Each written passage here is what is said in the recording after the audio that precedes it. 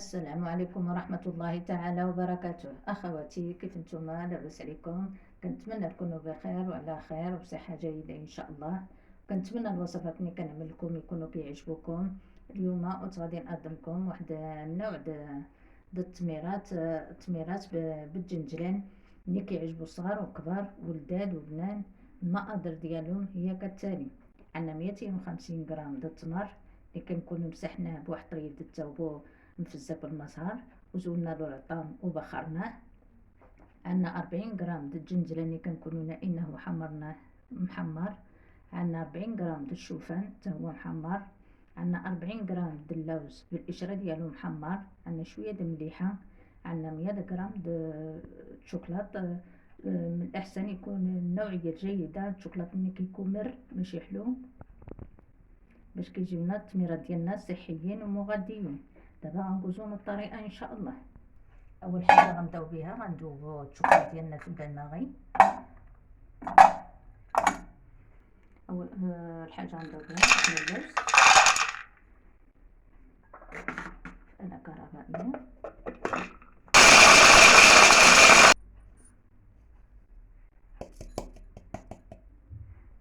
دابا غنطحنو الجنجل.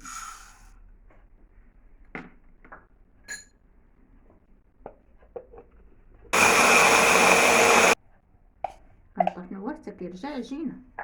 كما كتشوفوا الشكل ديالو هنا بحال عجينه. دابا غنطحنو التمر. بعد ما طحنا اللوز وطحنا الجنجلان حتى رجع عجينه، دابا غنطحنو التمر ديالنا حتى رجع عجينه حتى هو.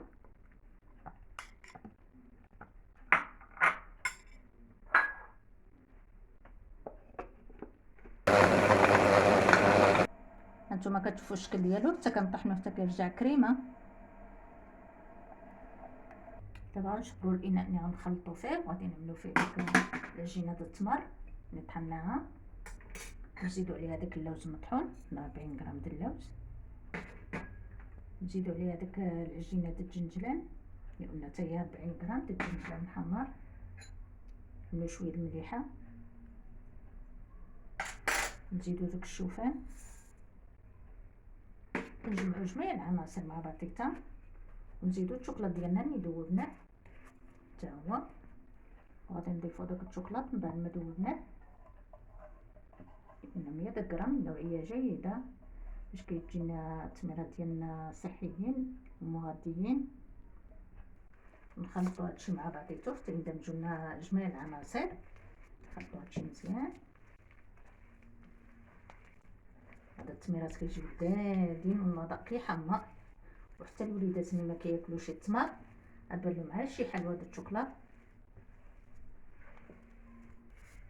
بعد ما خلطناه حتى حصلنا على واحد العجينه كما كتشوفوها طريه ورطيبه. دابا غنشكلوه كويرات.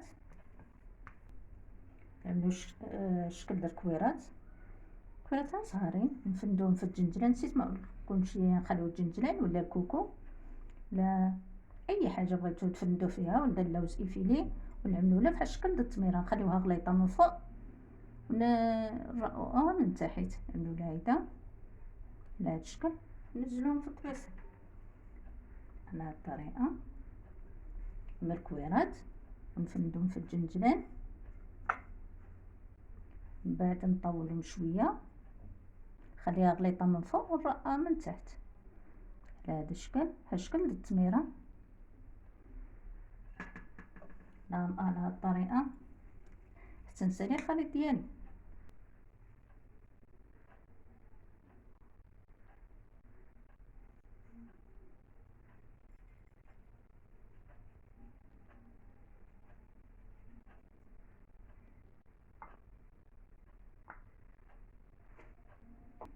هذا الشكل النهائي د التميرات اللي عملنا اليوم. عملنا تميرات صحيين ومغذيين وكيعجبوا الناس كبار وصغار وولدادين في المذاق ديالهم، وفيهم مع اللوز والجنجلان والشوفان والشوكولات من نوعيه جيده، الشوكولات اللي ما فيهش السكر باش كيجيونا صحيين ومغذيين.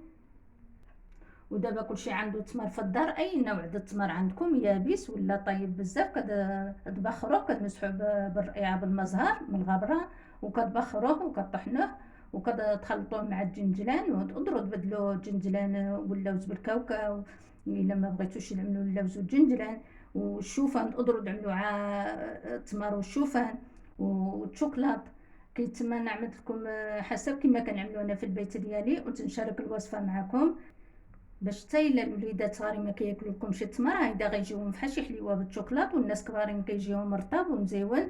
كنتمنى الا عجبتكم هذه الوصفه ما تنساونيش باللايكات ديالكم، ومع السلامه.